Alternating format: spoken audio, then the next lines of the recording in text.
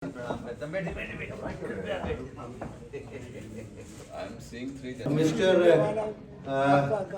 IP Singh, please honor Mr. Ashok Chakra. हाँ doctor फुकेंद्र है।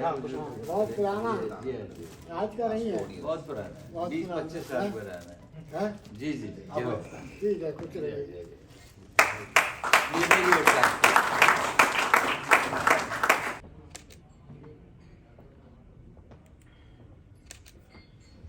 अपना कोट ही टाई करा के आए हैं, लेकिन जो टाई पहन के आए हैं उसमें पूरे संसार का नक्शा है, कहाँ कहाँ गए हैं। अगर आप करीब से देखेंगे तो पता लगेगा कि अनुभवों का स्रोत कहाँ है, अनुभव कहाँ से आए हैं, ये कहाँ कहाँ नहीं गए। इनके गुरु भी इनके साथ आनंदित होते हैं और सत्या विहार आते हैं। हमारे सत्या विहार का सौभाग्य। जब मैं बैठा उनके पास तो वो बोले कि आप सर्जन हैं या डॉक्टर हैं हार्ट के, आप दिल को कैसे ठीक करते हैं। तो मैंने कहा कि मेरा तरीका दूसरा है, मैं कविता से ठीक करता हूँ। तो मोतीलाल जी कुछ हैरान से थे कि ये क्या मतलब है, समझ में नहीं आया, इनके कतई नहीं आया। तो मुझे लगा कि समझने की जरूरत भी नहीं है, क्योंकि मेरा तरीका समझने वाला है ही नहीं कि आप बताओ कि PCR कैसे होता है और कितना घूंसा मारना पड़ता है उसमें। यानी मरने से पहले आदमी को ही डर लग जाएगा कि मरो मत यार, तो घूंसे मार मार के मार देंगे। तो ठीक है। हमारे डॉक्टर के अग्रवाल भी हमें ले गए थे, जिसको सावित्री क्रिया बताते थे। हमने भी 1 सेकंड में 1 मिनट में 100 बार दबाया है। और दबाते दबाते ये असली मनुष्य को नहीं दबाया था, रबर के गुड्डे को दबाया था। तो डमी तो कोमल थी बहुत, है ना, इतना उसमें कोई प्रयास बहुत कठोर नहीं करना पड़ा। खैर मैं अपना अनुभव बताता। ये बात है पुरानी 20-25 साल हो गई, जब ये डॉक्टर आए थे अपोलो में, लगभग तब किया शुरुआत 99 के आसपास की है। अस्पताल में डॉक्टर विवेक नहीं दिख रहे थे इजी, क्योंकि गड़बड़ थी हमारी ECG। तो बोले हमें करनी पड़ेगी आपकी एंजियोग्राफी, और अब आपको दुर्व्यसनों के लिए बिल्कुल नहीं मिलेगी माफी।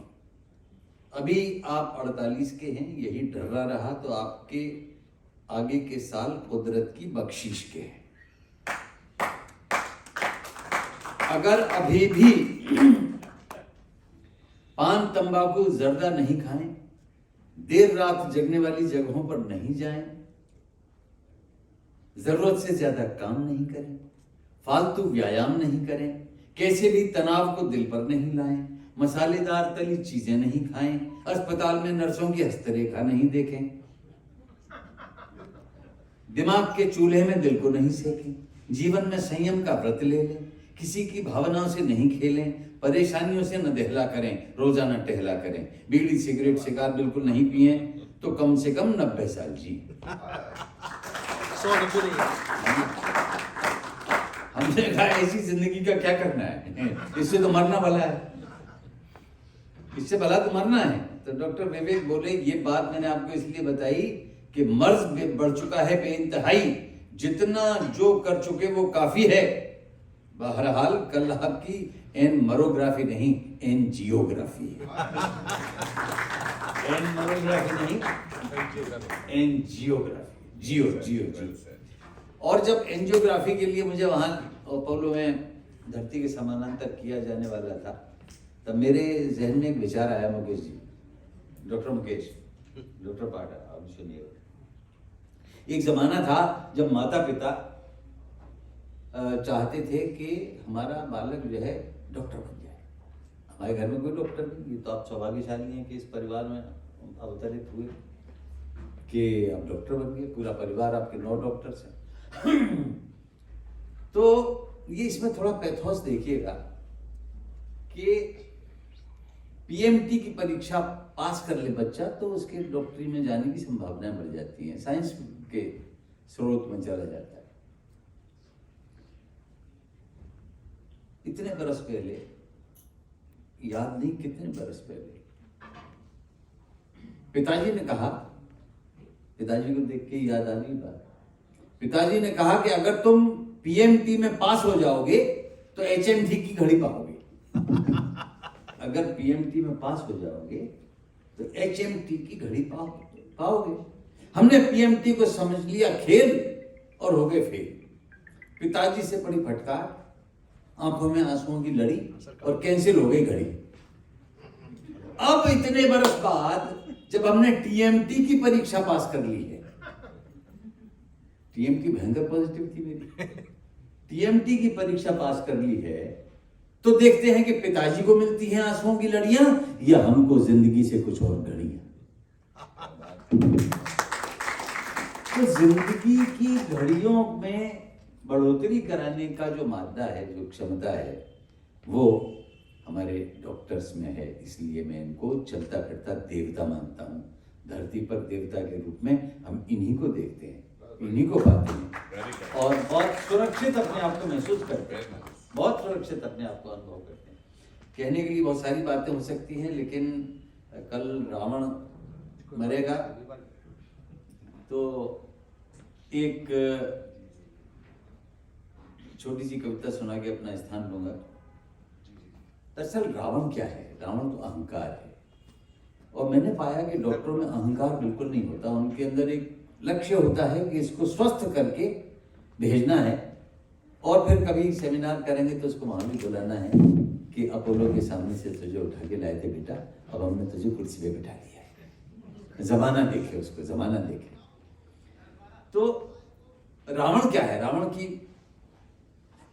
चलिए समस्या सुना होगा कि जितनी रामलीलाएं होती हैं उनमें जो पुतले बनाने वाले कारीगर हैं वो मुस्लिम होते हैं। महीने भर आके यहाँ पे पुतले बनाते हैं। शौकत मियां से हमारी मुलाकात हुई, पुतले बनाने वाले सदियों से बनाते आ रहे हैं। शौकत मियां और उनके पुरखे रामलीला के पुतले बनाने में लग जाता है बस परिवार समूचा। हर बार बनाते हैं पहले से ऊंचा, बढ़ा देते हैं थोड़ा सा रेट। रावण का बनाते हैं गुफा जैसा पेट, 3-3 फुट की एक एक मूंछ, हनुमान जी की 1000 फुट की पूंछ, गोंद लेई गत्ता और बांस की खपच्ची, मिलकर बनाते हैं बच्चे और बच्ची। अबरी पेपर पिन्नी और पटाखे, सलमे सितारे भी यहाँ वहां टाके, पतले मोटे तार, सुतली और रस्सी, जगह जगह बड़े जतन से कस्सी। शौकत मियां बोले, एक बार मेरी सलमा ने रावण के कुंडल को पालना समझकर सबसे छोटे बेटे अय्यूब को सुला दिया। रावण के कुंडल में बेटे को पालना समझ के सुला दिया और मोहब्बत से झुला दिया। तभी रावण के पुतले से आवाज आई, अबे कान में गुलगुली गुलगुली क्यों करता है मेरे भाई? मेरे कान में गुलगुली क्यों करता है मेरे भाई? कितनी देर से मेरे कान पे लदा है।